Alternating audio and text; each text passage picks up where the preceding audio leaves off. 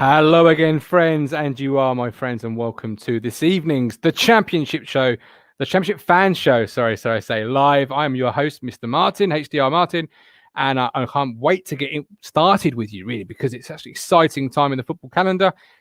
Football is it's almost back. It's almost with us. Obviously, fans aren't in the stadiums, and we recognise that real football doesn't begin until fans are back in the stadiums. But competitive football, not pre-season football, gets underway this weekend. We're in the Championship. Now, for those that join me on a Sunday, for those that join me regularly, you'll know I'm normally, as the intro says there, with Mr. Robbie D.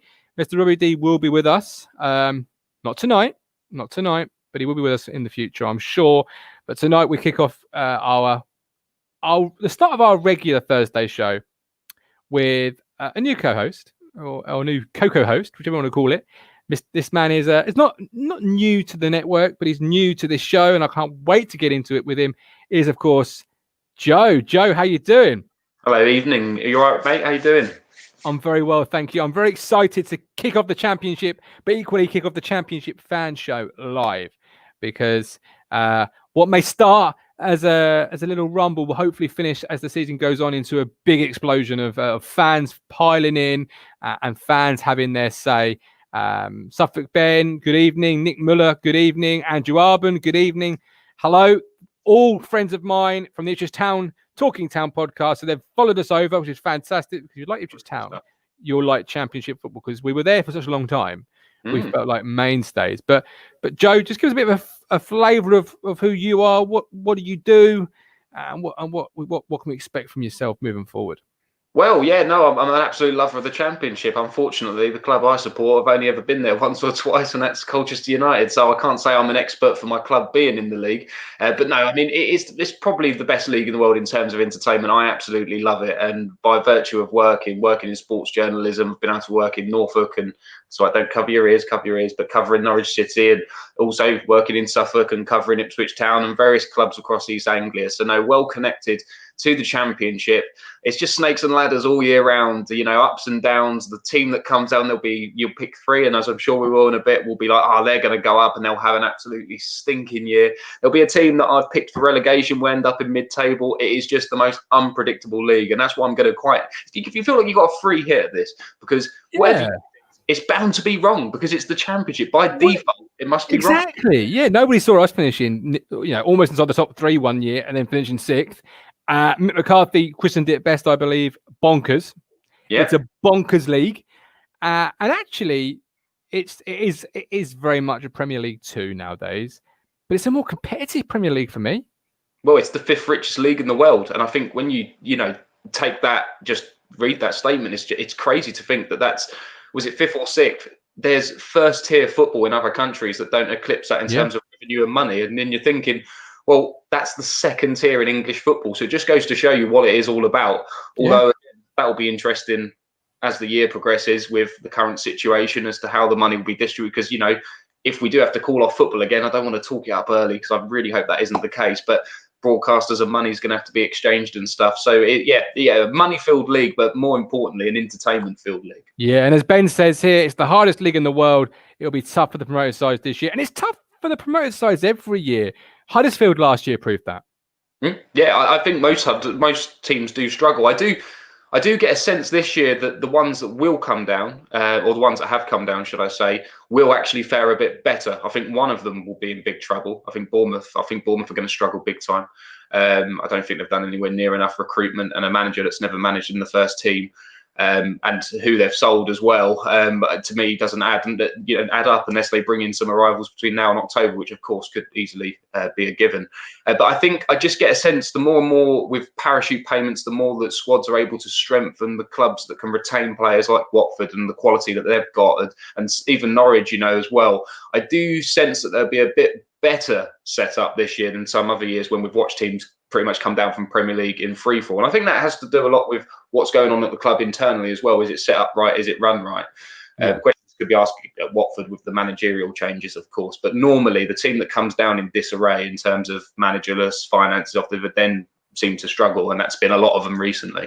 Yeah, it really has. Nick Muller here. Championship is always fun. Almost anyone can go up. And it really is. And almost anyone can go down.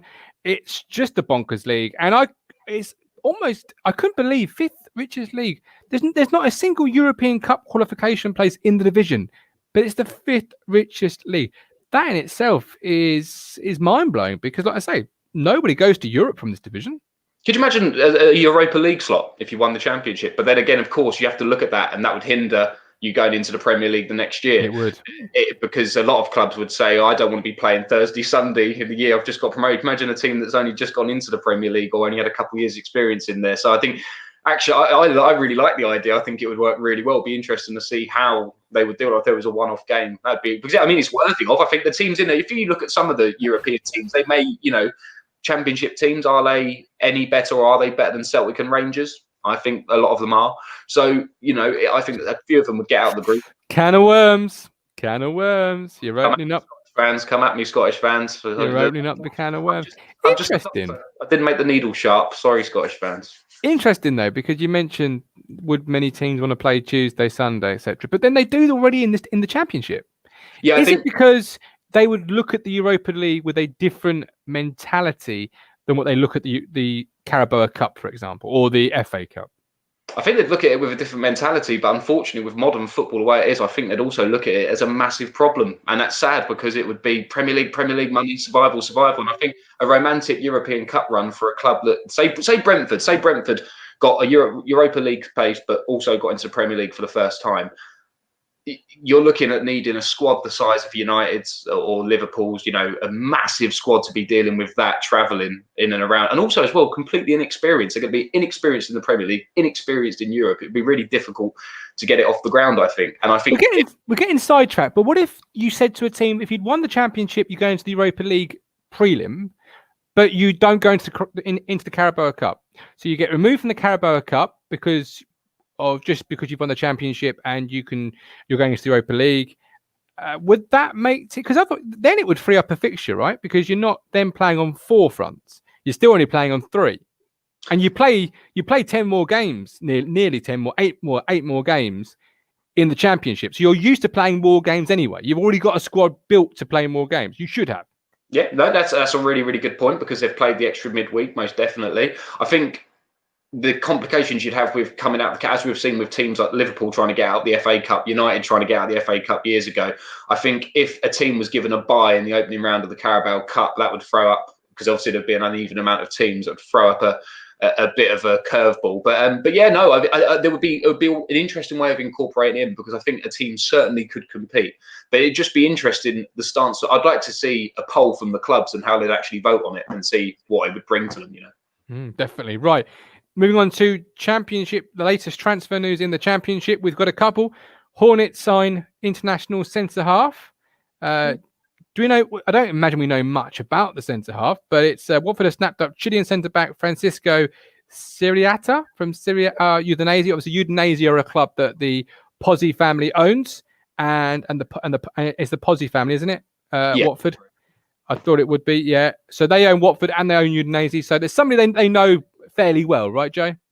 Well, this is it. I think they've actually bought quite a few players off of Udinese previously, and also someone in this window as well. The thing is, they need a couple of options at the back, Watford, because anytime you come down from the Premier League, you always need to freshen up that back four, or at least get some new bodies in, because playing 38 games a season, conceding a lot of goals, you slip into patterns and you slip into bad habits. And always a big fan of, if you come down with a back four, you need to change it up a little bit. And I think, it's for 23 years of age and got a cap under his belt at international level. Chile are no mugs. They've got a lot of good players.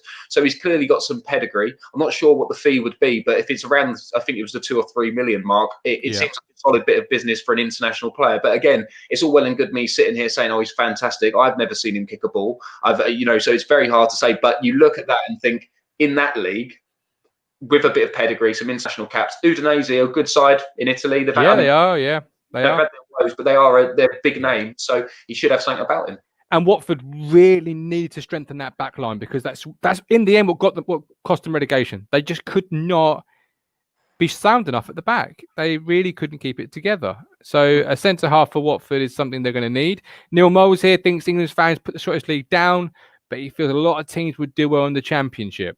Yeah, no, I don't. I don't want to put. I'd never put Scottish football down. I just think that unfortunately it's overpitched a bit, and I think people oversell it because look at Celtic this year in the Champions League, falling at middle yet again. No, but again, it's not to be out of order, but this happens every single year. Don't get out the group. I've not seen a Scottish team get into knockout football and European football now for well over some. Maybe the one did get into the Europa League knockouts recently. I've got that wrong. That could well have happened actually. I think actually Celtic and Rangers didn't do too bad previous season or season before, but overall we see it quite often with Rangers and Celtics falling in that qualifier against, you know, a team from Romania that plays part-time or something. So it's not to be out of order, but that's where they're at. And then you look at the sort of players that they can attract, it's very similar level to Championship players, albeit maybe slightly better. So it's not to criticise, it's just where the game is. And I think Scottish football has improved with the fact the likes of Aberdeen and teams that have challenged a bit more recently. And Stephen Gerrard going up there is a big deal. But I think let's be realistic. I don't see how Celtic and Rangers would. I think Celtic would do fine in the Championship and do quite well. Rangers would follow again just behind, but I think, again, you know, proving themselves in the Premier League is another matter all entirely. But if they were there, revenue over the years, they could become a juggernaut. So it's, you know.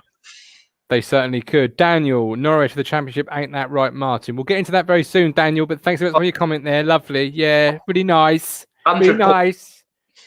Don't start with 100 points either, Joe. All right. Yeah, really nice, Dan. Thanks, Dan. Anyway, we will move on to another transfer that's couldn't be happening. Bournemouth after Charlton stopper Dillon Phillips and Ipswich striker Kayden Jackson. Obviously, as a town fan, I know a little bit about Kayden Jackson. I'm not particularly sure he's ready for that type of move, but obviously the Kayden Jackson camp will feel 110% he is, as I would imagine any player being linked with any club, from Daniels, Kayden to Bournemouth, would feel ready for the next jump. Charlton, Dillon Phillips is a very good goalkeeper. Which one of those two really intrigues you the most, though, Joe? Well, I don't see much in the Kayden Jackson link for AFC Bournemouth, although they need players. Because we need him. We need him. I think it'd be a big jump. I think it would be a bit too much too soon, and I don't really see where he'd fit in necessarily. I know they need a replacement for Callum Wilson, but they do still have options there. I think Dominic Solanke could have. This needs to be his season, and dropping down a league may help him out. They definitely need a keeper. And if after Ramsdale went, so if they're looking at options, and Dillon Phillips, I would imagine, would be a cheaper option rather than getting in, say, someone from a Prem on a loan deal, that kind of thing, really. So I think there's much more in the Dillon Phillips transfer for Bournemouth there than Kayden Jackson, because I don't think Kayden Jackson also, I rate him and I think he works hard and I think he'll do a job for Ipswich, but I don't think he's proved himself enough to warrant a move to Bournemouth yet. Yeah, and exactly my sort of thinking there. Hornets could lose Suarez. I don't know much about Suarez. Well, it's funny. He went on loan to Zaragoza last year. This guy's been highly tipped for a while, and he's been around. And in terms of, if you know about football and Championship Manager game, football management games, he's really quite prevalent on there. He's never played a game for Watford. Never. He's been there for 3 or 4 seasons. But last year, I think he got just shy of 19 goals for Zaragoza in a really good loan spell. So he's come back this year with people looking at him and all eyes to him. But you've got Troy Deeney there. You've got Andre Gray, who I think could be good in the Championship again there for Watford. So for sure. If they're looking at they've also got this João Pedro, as an 18-year-old Brazilian protege. I'm not sure if he's staying or going or what he's doing as well, but they're all players that could bang in the goals for Watford. So if a club comes in for Suarez, you know, he scored 20 goals in the Segunda B, was it? Or I'm not sure where Zaragoza were last year, but they're in the first or second tier. Regardless, 20 goals is 20 goals. And I think if you are scoring like that, the Championship could use you and you could definitely play at this league. But 10 or 12 million in the middle of a pandemic, I think he goes. Absolutely. I've got 2 things for you to sort of discuss here. First of all, Daniel, why hasn't Bournemouth gone for Macaulay Bonne? Well, he used to play for Colchester as well, Macaulay Bonne. Brilliant. Yeah, great shout, Dan. I don't know why. I think Macaulay Bonne's a bit of an unkept secret still, despite playing well for Charlton in the Championship. I think he's a brilliant striker. I think he's got a lot to go. I saw him firsthand at Colchester. I think I saw one of his debuts as a 16, 17-year-old. He's got everything. He's physical. He's got a really good touch, good finish. And again, with Callum Wilson going, it's perfect. You want players, particularly that are hungry to prove themselves at this level, because out of all the teams, I fear for Bournemouth, because they haven't recruited anything or anything of any note, and they've lost a lot of players. And again, with Tyndall in charge, I'm not knocking the man, but it's different being a manager and it's different being Eddie Howe's assistant. It certainly is, yeah. It really is. They could struggle. But yeah, great shout. I think Bonne would be a really good fit for Bournemouth, and knowing what he's like, I think he would be really hungry to succeed as well. Yeah, Daniel knows his onions. He really does. Great manager at his own level is Daniel. Suffolk Ben. I can see Phillips joining them, but can't see Jacko leaving. Phillips, I think, is more likely than Jackson, certainly. I personally think Phillips is a fantastic goalkeeper. He pulled it, I think he's not quite Aaron Ramsdale, obviously, but he's the type of player that Bournemouth, with a move to Jason Tindall, want to be bringing in. A player they can come in, develop, and if he can't be a player for Bournemouth, he can certainly be a cash cow, for a better word. An asset, yeah. And this is it later on down the line. Ramsdale certainly is. I think he was overpriced personally, his move. I think he's got good pedigree and good potential, but I think he also, again, tough year for Bournemouth last year, but I don't think he covered himself in glory at all times.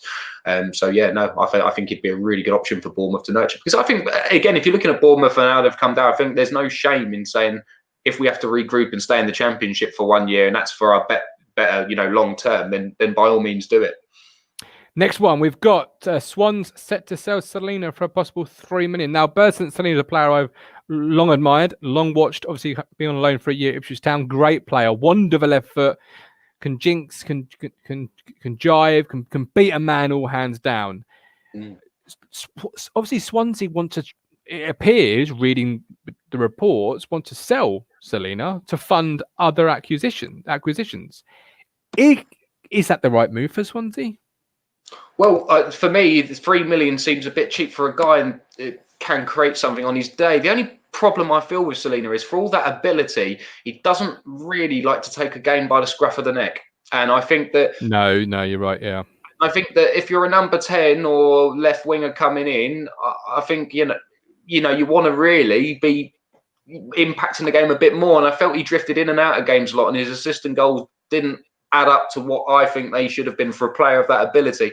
Like I say, fine when your team's winning and you're doing well, and he'll show some good touches and score some good goals. But for me, though, again, looking at what's going on with Swansea, but I see a lot of holes in their squad, and they haven't been as overly active as well. So keeping Celina for me would be important, especially if $3 million isn't a lot of money. I'm not sure what the finances are down at Swansea. No, and as a Town fan, if he's worth $3 million now, I'm a bit perplexed as to what it was worth 2 or 3 years ago. Because why wasn't he a permanent acquisition? Because if he's only worth $3 million now, he couldn't have been worth a lot more 2 years ago, because he's not got worse. He's not regressed. He's not got over 35, for example. He's still in the prime. But I think he's plateaued a bit. I think that's the difference. I think there was a sharp... He hadn't reached the plateau before he'd even come to us, though, Joe. Well, but not in terms... I think he can still go, but what I mean in terms of his impact recently over the last couple of years, I think he did really well when he arrived at Swansea, and I think since he's levelled out a little bit in terms of his... Like the club has, really. So It's, again, it's not really so much him, but I think he hasn't continued to go like that, continue. He's kind of levelled off where he's been at recently. So I guess his market value is probably frozen at the similar level, perhaps. I'm with Zach Ward. 3 million would be a steal, and Zach, my migraine's still not gone. Every time I move my head, every time I talk, every time I hear Joe talk, it's like someone's stabbing me in the head. But there we go. Because me and Zach were talking earlier about migraines. Moving it on. But I'm a warrior. Yeah, we're here. You need to be for the Championship, mate. Yeah, that's why we're not in it anymore. Keenan Davis to Preston from Villa. Obviously, Villa have just bought last year's sensation in the Championship. Keenan Davis now is the odd man out. I don't want to talk about the Ollie Watkins deal. I just don't want to talk about it. We won't. That's last week's news with this week's show.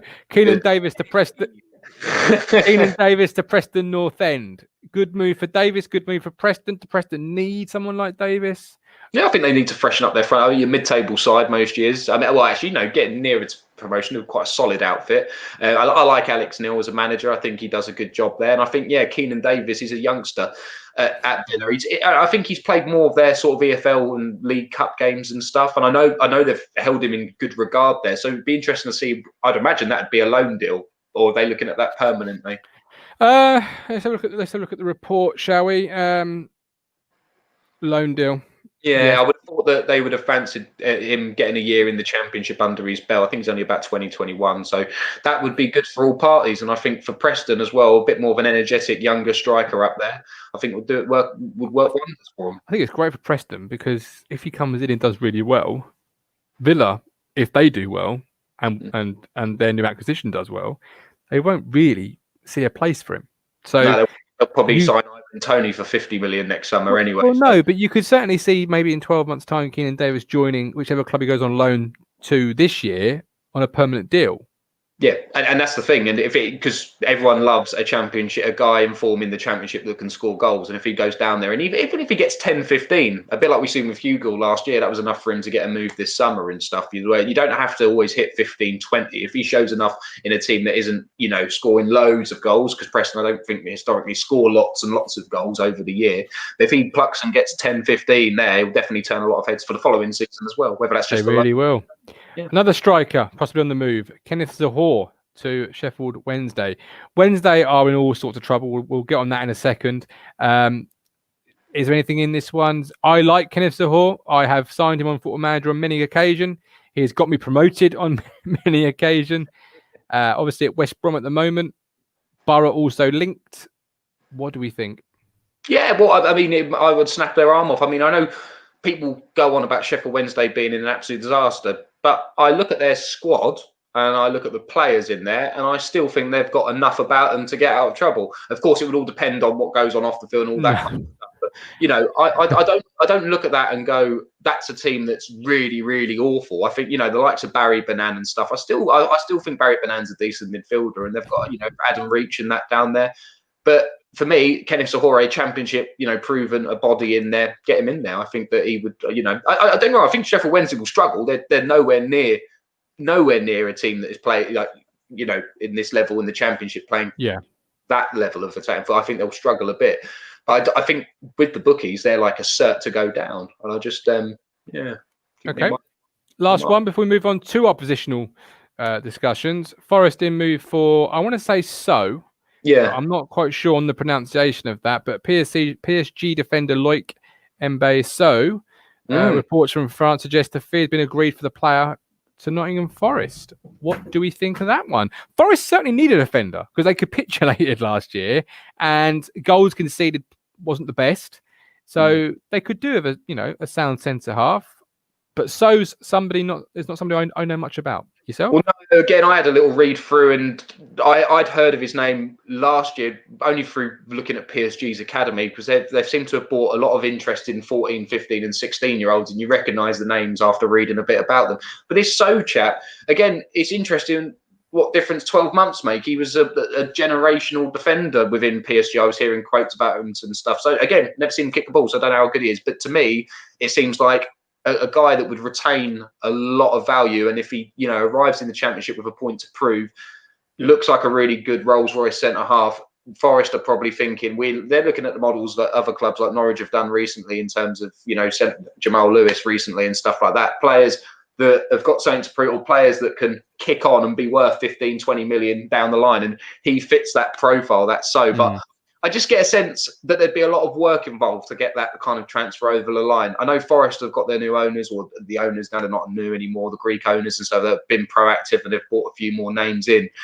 But to sign a 19-year-old, what they're saying to be a full French international within the next 3 or 4 years as well, rumoured to be. I know we get players get hyped up so much. That'd be a big move for Forest, and with someone like Dawson next to him as well, could be really good. I fancy Forest this year, and a signing like that could only be a good thing for them. I always live in the world of, are Brentford linked with the player? Because if Brentford aren't linked with the player, it always raises a question mark to me, because Brentford are so proactive in finding talent that if Brentford aren't linked, I want to know why. And what's the question? Because you would have thought PSG, being from PSG, this guy can play. He's got sound ability behind him through good years of being in a good academy, playing at a good level. But when you read the reports and it doesn't say Brentford are linked or interested, or even I always think, well, okay, they might not need that player, but that doesn't stop a proactive team like Brentford. They find a way of having that player. 1 year left on his deal as well, so that might also play into it a bit. So there we go. There you go. So it could be a case of the fact that PSG are trying to get a few million for him because they know his agent said he won't sign a new deal because he won't get in the team. So perfect. Right. So who's in the bottom three? We've done our bottom threes. Do you want to say who's? Do you want to go first, or do you want me to reveal who's my last place team first? What do you? I'm going to go with rock bottom Wickham. I think there'll be Wickham. Yeah, Okay. I think they'll, and as a Colchester fan, it pleases me to stick the boot in a bit. But no, just with I think there'll be huff and puff, and I think there'll be some great moments. And I think there'll be a similar start to Luton's season last year, where it looked great for a little while. I think when it gets December and there's, the games ramp up, I think it will just get away from them a bit. But again, I've seen it with teams come up that have, and they've done well. But that's fine. That's fine. That's your opinion. I don't think they'll finish bottom though. No, in a shock, I don't think they'll finish bottom. I'm not their biggest fan because of the way they chose to end the season, but that's last year. This year. We move on. However, when they're on the news tonight, the London News, this whole fairy tale piece they were doing, and the wife said, "Oh, isn't it nice?" But then I turned and no, yeah, it's definitely. And I educated her on why it's not. It's a bit like the Bournemouth fairy tale, but that's another time. So anyway. My last place team is Sheffield Wednesday. We saw last year in League One what happens to a team when they start with -12. Now, Bolton were a bit more of a stranger case than Wednesday, granted, but you're already starting 4 games behind. So they're not even in three. Wow. The rest of the league, Joe, are 4 games ahead of you already. Not even the bottom 3. Suffolk Ben has got Luton, Coventry, and Wednesday, so we agreed there. Guys, get your bottom 3s in. We want to see them. So, who's your second from bottom, Joe? Who is it? I've gone with Luton. You've gone for Luton, so you've gone with the same as Ben. So Ben with Luton there. Wow, I've gone for Barnsley. Yeah. I see why. Why Luton? Why Luton? I think again, after last season, I've just having a look at the players coming in. They've been a little bit smart with a few freebies and stuff. But I just not enough quality in the squad for me. A lot of huff and puff and will be quite plucky. But I just sense now that they're the top 10s in the top 10 in the chat. Although it's a very even league, and we all say lots can happen. Finding consistency in this league is really, really difficult. And for teams at the bottom that are struggling for a little bit of quality, as we said with teams last year, getting that win, it can be a nightmare. It can go on for months sometimes. And I just sense Luton are one of those clubs that could get into that rut. Yeah, I can see that. And their back line was leakier than a bad tap. And I can see why. But they're not in I think Barnsley, for the exact sort of reasons you've mentioned. Are Barnes in your bottom 3 at all? No. Okay, so I'll go into a bit more detail about why Barnes are in my second from bottom for me. They've not improved. They were. Some would say they were in good form last year. Some would say they were lucky last year. I lean towards the lucky. I lean towards they got some key players fit and raring. And yeah, okay, they won the games. They kept them up. But when I look at their players in, they brought 1 player in so far, and your squad wasn't good enough that it would go through it again. You're asking for a purple patch a whole year, and had the year continued and coronavirus not stopped play, they'd have been gone.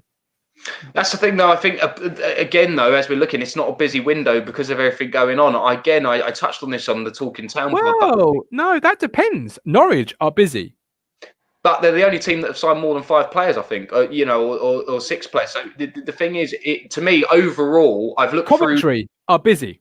Yeah, Coventry very busy. I've looked through overall, and there isn't as many transfers as I would normally at this time of year. But again, I do think, as I was touched on the previous pod, I think it will be a smash and grab at the end of around at the start of October in that final week. I think it'll be a complete smash and grab of what money have we got left, because I do think there's a lot of clubs that are probably having issues budgeting with the coronavirus pandemic, because it's how do we put this money aside for this, and how do we budget for that if we don't know what the future is going to hold. So I think there will be a lot more to come, and I think at the moment we're just seeing, I think it will be like a month in and it's like, right, I need to improve these areas in my squad and make a few signings. Well, I agree with that, but so far I don't see enough from Barnsley. So just remind us who your bottom 2 are, and then tell us who your third from bottom is, Joe. So my bottom 2 in this order: Wickham, Luton. Look, working up, Wickham bottom, Luton, and then I think Rotherham will go down this year. Okay, they're not in my bottom 3 at all. So tell me why. I think Rotherham again. Last few years, it's weird. They're always involved in quite big games. They're always involved in. When I say, I can remember Leeds going there and having a hard game, and they always seem to give the good teams a good game down at Rotherham, but that's about all I see from them. I think they're terrible on the road, and I again haven't really improved. Having a little look at what they've brought in, and I just feel that this year I think they concede far too many, and I think that they've probably hovered in and around there. And I think that they'll be down this year. Interestingly enough, I think the team that will just survive is Sheffield Wednesday, and I think the main reason. They're gone, Joe. They're gone. I think a lot of people, including yourself, sell Gary Monk short. I think he's a decent manager, and I think he will get him out of it. Possibly so, but if you're working with one arm behind your back in an arm wrestle competition, you're probably still going to get beat, if you're Braun Strowman or not. That's a wrestling reference. So I don't know if you watch wrestling, but there we go. Strowman. Braun Strowman, yeah, he's the next big thing in wrestling. Rumor is Wickham. They'd need Jesus Christ, Daniel, to go back to Sheffield Wednesday if they're going to get survival. All right, you can clip that, guys. You can clip that as much as you want. Wednesday to stay up. They're not going to stay up. If they stay up, I will do a giveaway on the channel, and I never do giveaways because I can't afford it, and I'm as tight as anything. But if they stay up, I'll do a Sheffield Wednesday hamper. I will do something to commemorate it because it'll be such a miracle. I am going left field, but I just fancy it. My gut tells me they'll do it. Yeah, well, perhaps that's just dodgy enchiladas. I don't know, but I don't know. So there's your bottom. My bottom three are rounded off by Coventry. So Wednesday, Barnsley, Coventry. Coventry have strengthened, but they've not strengthened enough for me. They were a good side last year, but just because you're a good side in League One doesn't mean you're going to be a good side in the Championship. But I like that Ryan Giles they've got him from Wolves, the left back. I think he's got a lot of promise, and I think that he's a really good signing for him. And I think, like I say, they've made 6 or 7, haven't they, Coventry? But I think this year for them, if they throw a load of bodies at it and play it 4 games behind for crying. Ben, I know, mate, I know. But I think hasn't it been done previously? I don't know, but Ben knows Chilean football really well, don't you, Ben? So he might just say about the centre half. Anyhow. Not Eddie Howe. Anyhow, that's not a joke. It's not ever going to get old for me. Sorry. What was I going to say? Oh yes, Coventry. A lot of good players, a lot of young players. When the chips are down and you've lost 2 or 3 on the bounce, have they got the characters to keep coming back and back? Because there's a lot of young talent there, but young talent does need old heads to get them through. And I just don't see their experience. Championship experience. There's little.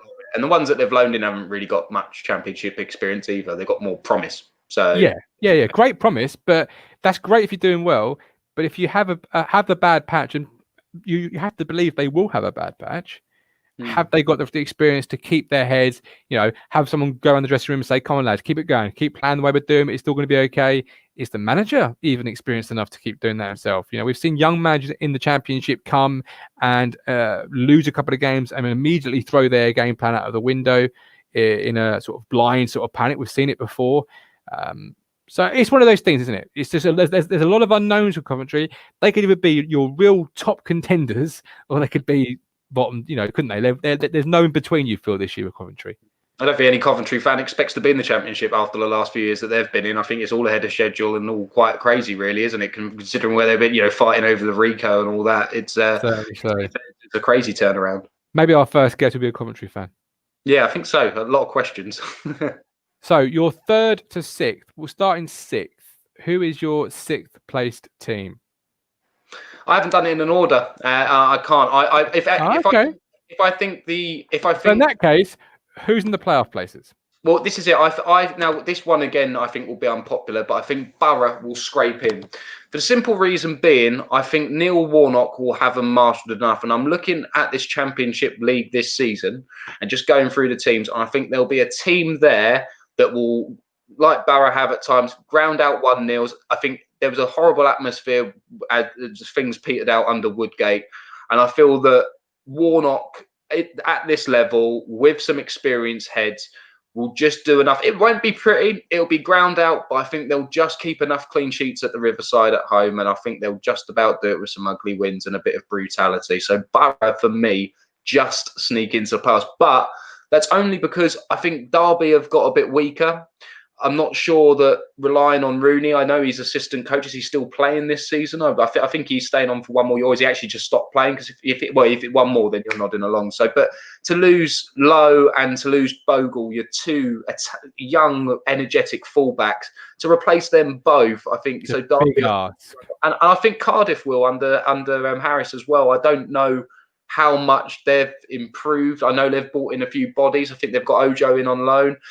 But for me, I don't think it will be Borough being excellent that will get them in there. I think it will be the teams in and around that don't do as well.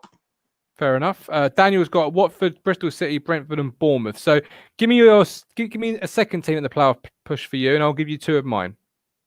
I've gone with Bristol City. Same as Daniel, then. Yeah, I've got Bristol City. I've copped out really. I've got Bristol City / Stoke. Because I fancy Stoke under O'Neill this year to be a bit grinding to get some results, and I think they've been in there long enough. I think again, you're feeling all right. Yeah. No, look at it, boy. Look at the team. Wednesday surviving. Borough are making the playoffs. Stoke are making the playoffs.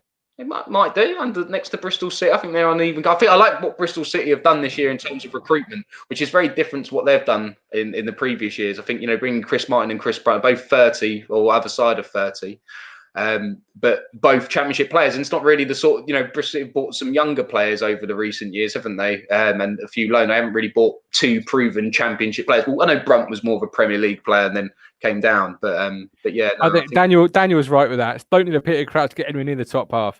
So far you've got two teams that I haven't even got in my top six. So give me your other two teams, and then we'll see if you're completely different. Oh, this is really hard.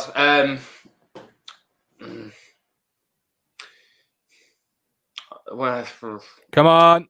Well, no, I'm reading them, but I don't. As I said to you before coming on air today, my top 2 and 3, I know my champion outright. But I'm going to go with finishing the playoffs, Forest and Brentford. Okay. So we've finally got those two are in my playoff places as well. Brentford, I've got finishing third. Mm-hmm. I think they'll be there or thereabouts again, but just again will not quite have enough to get over the hump. I don't know how you feel about Brentford. So is that the same sort of thing you feel? I thought for me, Brentford and Watford were between my 2 and 3, but then I find Forest on a very similar keel. I think Forest will just be. I think will be the team. Also, I know people kind of predict them to be in the playoffs and stuff as well, but I think they also might catch a few people by surprise in just how good they actually are. But again, for me, it's really hard because I think it all depends on how good Watford are, really. I think that's the thing. How do Watford settle being into the Championship? Are they solid enough each week to get that gap? And actually, are they the real deal and they will go back up? Or will they in there? Because if Watford are, I think that will then open the door for the other teams to go into the automatic run. Yeah, and obviously Watford have got a new manager as well. How will he take to life in the Championship? How the squad take to him? Precisely, yeah. So my 6th place is Blackburn. I think Mowbray's building a really good squad down there. I think he's made a couple of key acquisitions. Yeah, I like him. I really like him. And they've got Bradley. Is it Bradley Dack? Is the name I'm trying to think of quickly? Yes, it is Bradley Dack, isn't it? They've got him back after a year of having him out injured. When he was fit, they were great. When he got injured, they weren't so great. Now he's back. I think there'll be a team again building around him. I've got 5th place. I've got him in number, you see. 5th place is Forest. Mm-hmm. I think they'll do enough to make the playoffs. I just don't see them being a top 4 side. Mm-hmm. 4th is Millwall. Yeah. I really like Millwall. You think Millwall are going to finish 4th? Yes, I do. Wow. Yes, I do. Oh, that almost makes my Sheffield Wednesday shout look a little bit tame. 4th. Sheffield Wednesday haven't got a world-class goalkeeper. Yeah, but Millwall have. Parrott is going to lead Millwall to promotion this season. I've got Troy Parrott as I think he'll be a highlight for Millwall. I can't see Millwall finishing. Yeah, Dak is a great Neil. I agree with Neil. Dak is a superb player, but Millwall in 4th because he loves Bart. He has faith in him. Yeah, that's why. Mr. Biakowski. I couldn't put him first, although he did start first, and then they just slowly worked downwards. Yeah, but how is Bart? I mean, don't get me wrong. I love Rowett, but I'm just looking at. Yeah, how is Bart going to get you into the Premier League, man?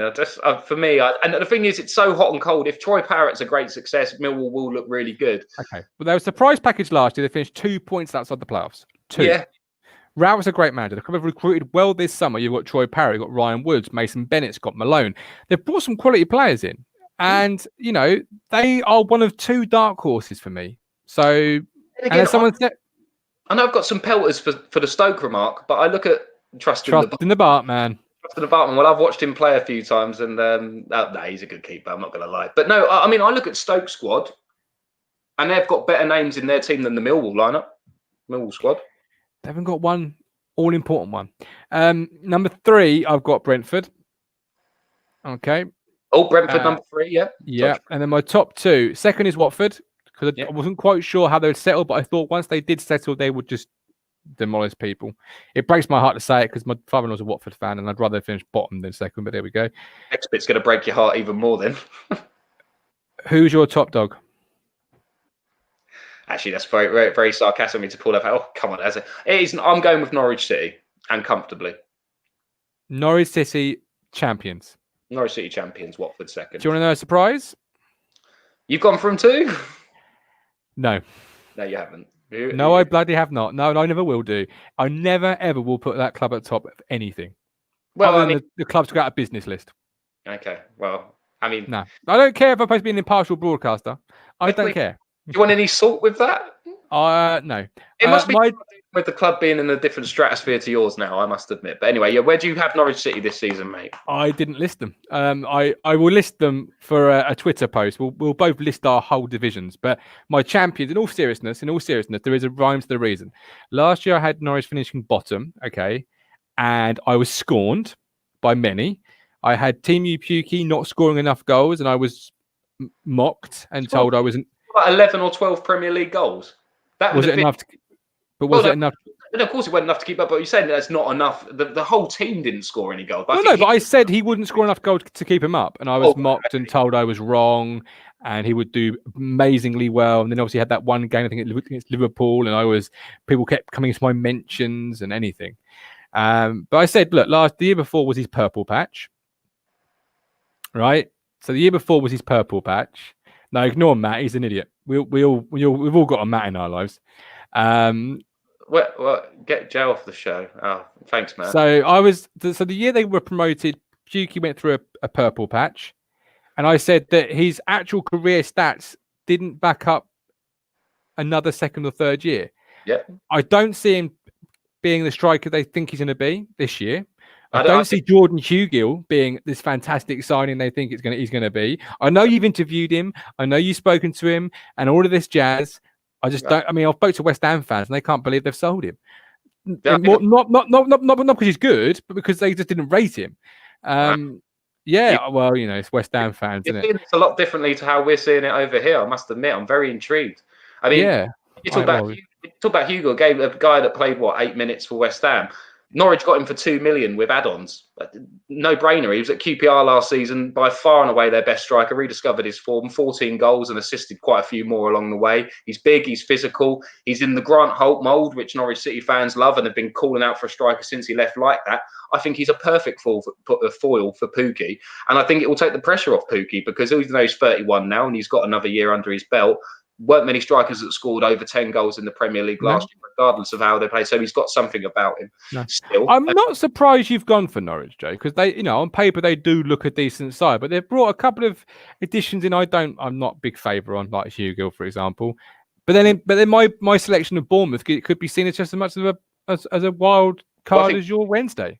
I think Bournemouth will be 12th, maybe 10th this season. I really don't. I think they'll struggle massively. I really think they'll do it. I think outside the playoffs, I don't see them doing that well. I think there's always a team that comes down and does poorly. I don't think. I'm not saying that Norwich. I mean, 100 points. I think Norwich will win the league this year because I think they look in pre-season the most together unit. I think Kieran Dow is a really important signing. Now we see him at Forest and Wigan and in the Championship. He was looking quite good towards the back end of last year, and he's looked brilliant in their pre-season so far. And the thing is, we can sit and criticise it all we want. The team doing the best business by far and away than any clubs around there. What they've brought in 8 players for about 70% of the price they just sold Jamal Lewis to Newcastle for 15 million. So they're absolutely laughing to the bank, and they could sell you. What we're forgetting here and writing off Norwich and saying, They've still got Cantwell in the squad. Now, to get him out, it's going to cost 25, 30 million. Who's coming in with that? So no one. Emi Buendia is still there. Onel Hernandez, who in the Championship as a winger, I'm sorry, but their squad is absolutely frightening at this level. And, it's little things as well. Ben Gibson coming in, hasn't got worked out at Burnley. How good was he in the best defender in the Championship a few seasons ago, or one of the? I think it all points to one thing, and promotion only, as hard as it may be for you to swallow, mate. And I'm not a biased to Norwich. I've enjoyed covering and watching it, and all those things. It's been great following the club, just the journey of being a football fan, just watching in what's going on. But yeah, for me, I think they'll be fine. I think they'll have their wobbles because I think they'll always concede goals along the way.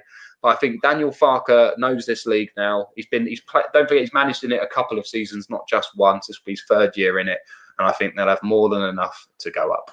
I don't mind talking about Norwich, and trust me, with the year coming up that I think they're going to have, I can't wait to talk more about Norwich. Well, then why don't you tell us where they'll finish then, rather than saying I didn't put them down? Come on, where'd you come on, man? You're a football fan. You can't say that you don't think they'll finish in the top 6 this year, because that's just ridiculous. No, I do. I have them finishing where you've probably got Bournemouth between 9th and 11th. I do. I seriously think they have got on paper a good squad, but football's not played on paper, Joe.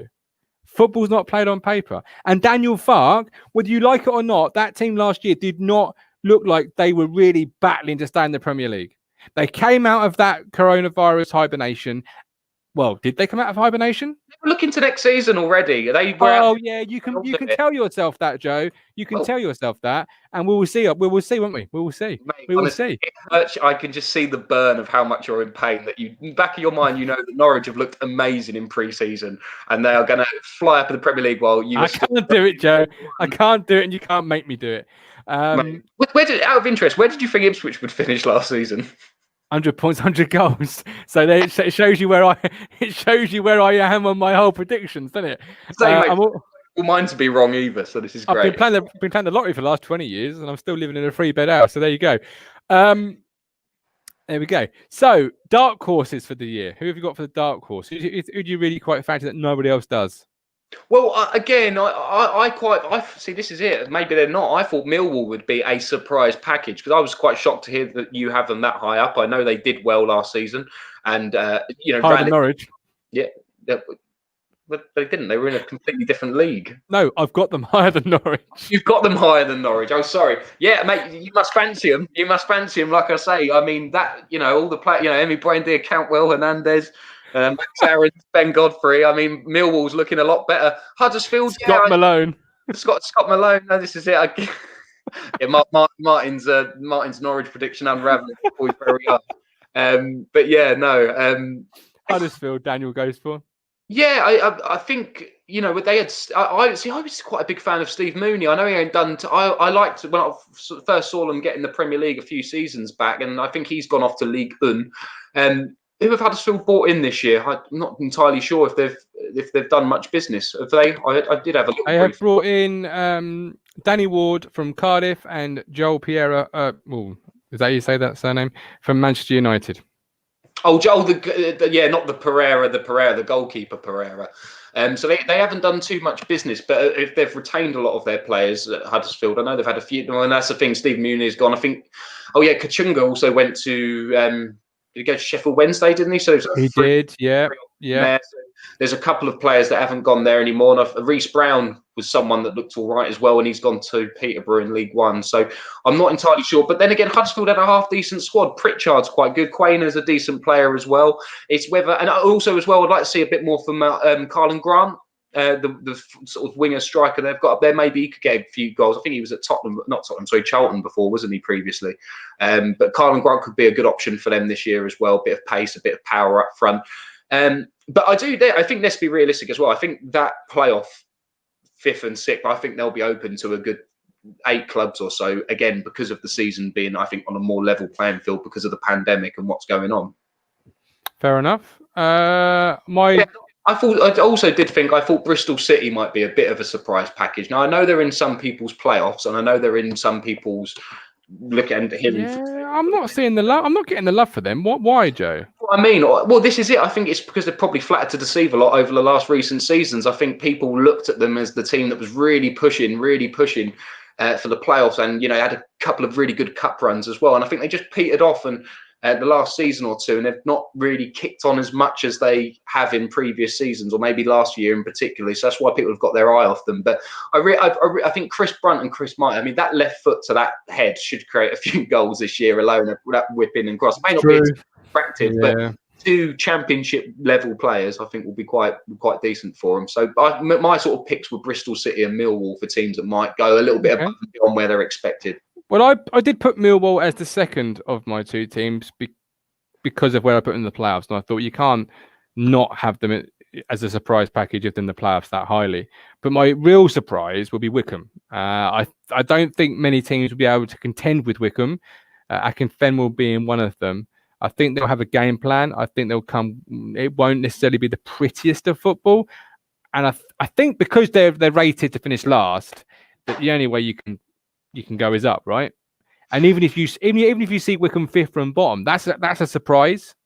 Well, anything 21st and upwards for them is brilliant, isn't it? So So it's really a cop out from my point of view in saying they're a surprise package, because they're either going to be a surprise or not. And if they're not, then everyone will say, well, that was expected and you can brush it under the carpet. But I really think they won't threaten the playoffs, so let's not get too carried away. But they're going to be comfortable, I think. Yeah, I think it'd be interesting to see how Akinfenwa does at this level. The last, he's getting on a bit now in terms of. I worry that some of the success they've had in League Two, League One, won't be as profitable in the Championship. So I think that although they'll make a few games rough and ready, I just feel that there may be a bit more quality that could undo them in certain games. But no, I think they'll certainly have a go on the Rangers. I think there'll be a lot of huff and puff, and I think having the games at their ground as well at home. I think I've been there a few times to watch Colchester, and the atmosphere is not attractive by any way, shape, or means, but it's a proper football ground. So it really is. Right. Let's look ahead to the weekend as we round up our first show, way over time, but hey, we're having fun, so who cares? Friday night is opening curtain night, if you like, and it is Watford at home to Borough. As we've both gone for Watford, I mean, this is an important game for Watford, isn't it, Joe? Because they need to hit the ground running. Yeah, it's a really important game. Also, we're setting out that was it 2 points for correct score, 4 for the correct result, and 4 for the correct score on the door. Yes, you have reminded me. Thank you very much. I completely forgot about that. So, yes, we are doing a prediction league this year, right? We have. So you guys at home, both watching live and on catch up, are more than willing to take part, but don't be silly. YouTube does tell me when it was posted. So if it's after the game, we're going to know. All right. We're just going to know. But the winner of this league will win a prize. All right. And I'll put a prize together for the winner, and I might speak to you if you're the winner and see what sort of thing you want. But it's quite simple. Joe will run us through what the scoring. Joe, how is it going to score? Yep, sure. So I thought what we would do is if you get the win, the draw, or the lose, you get 2 points. If you get the correct score on the nose, 4 points. Nothing more, nothing less than that. And obviously 0 points if you're wrong. Absolutely. Absolutely. Nice and easy. So, everyone's playing along and it gets a bit over, that's very simple. If you get the correct result, draw, win, or lose. So, for example, Daniel here entered it for 3-1 Watford. So, if Watford win, 2 points. If they win 3-1, 4 points, correct?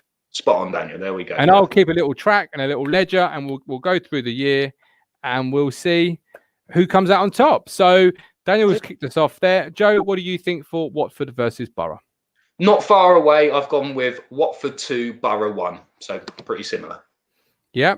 We've got Ben with Watford 2, Borough 2. I'm going to go for a Watford defeat. I'm going to go for a Borough to win 1-0. So Watford 0, Middlesbrough 1. I don't think Premier League teams necessarily always traditionally kick off well in the Championship. And I think Watford have got a couple of question marks still that they need to work out. So why not Neil Warnock turning up and upsetting somebody? It's what he does best, isn't it? Makes sense. No, I can see the logic behind that. Although I disagree, I can see the logic. So I'll just write it in the. So Joe's gone for 2-1. 2-1 Watford. And I've gone for 1-0 Borough. I'm just writing it down so I don't forget. I know, Yeah. I know I can watch it. I know I can watch it back, but I'm lazy and I won't. I've got them on a little notepad, copied and pasted, all good to go. You're a good man. You're a good man. So on to Saturday. We kick things off with Birmingham versus Brentford. Where do you see that one going?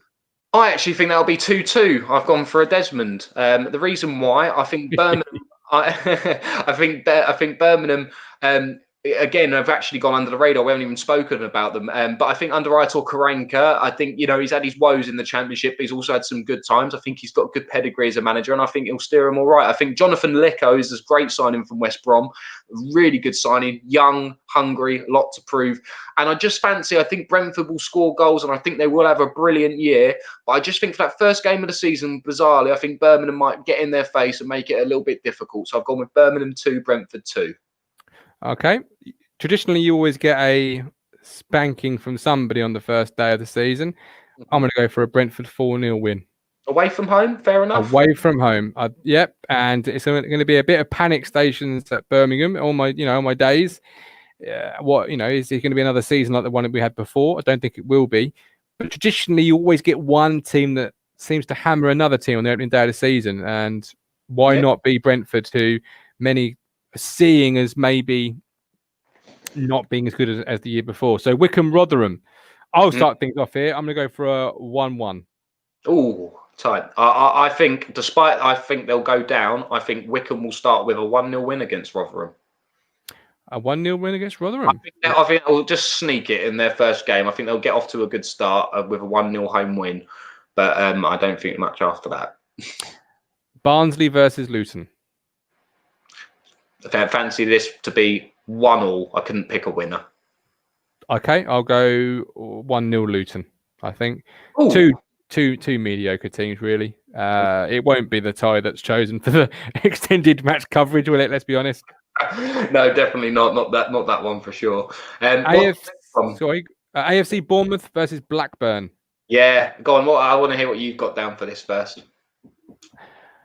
I'm going to go for a 2-1 Blackburn Rovers win. Same as Daniel. 2-1 Blackburn Rovers. It's interesting you say that. I've gone 3-1 Blackburn boys. Okay. I think for the same reasons Watford, really. I don't think Premier League teams are going to kick off well. No, and I think Blackburn will go up there. And I think, again, the likes of Dak and stuff, I think they'll make it quite difficult for Bournemouth. I think they'll be in a little bit of disarray coming down. And I'm not sure, with no bodies coming in or anything like that. Like I say, I think it will be a good time to play them and hopefully catch them cold. Okay. No, I can definitely... I won't disagree with that because Blackburn are inside the playoffs for me. I know Bournemouth are winning it, but even champions can get bloody nose sometimes. Bristol City versus Coventry. I'm going to go for a 1-0 Coventry win. I've gone for 3-1 Bristol City. Ooh. I think that's bold, that Coventry win. Cruncher's gone 2-0 Bristol City. Rely on the Cruncher to have a bit of sanity to this. Help me. It's been crazy on here tonight. It really is. It's only week one.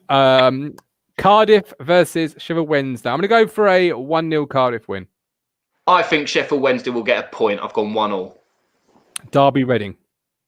0-0. My only 0-0 of the week. I think Reading will go there and frustrate Derby, and I think Derby will be pretty poor. 0-0. Yeah, 1-1. Just I can't really say 0-0 because you've said it. I say 1-1.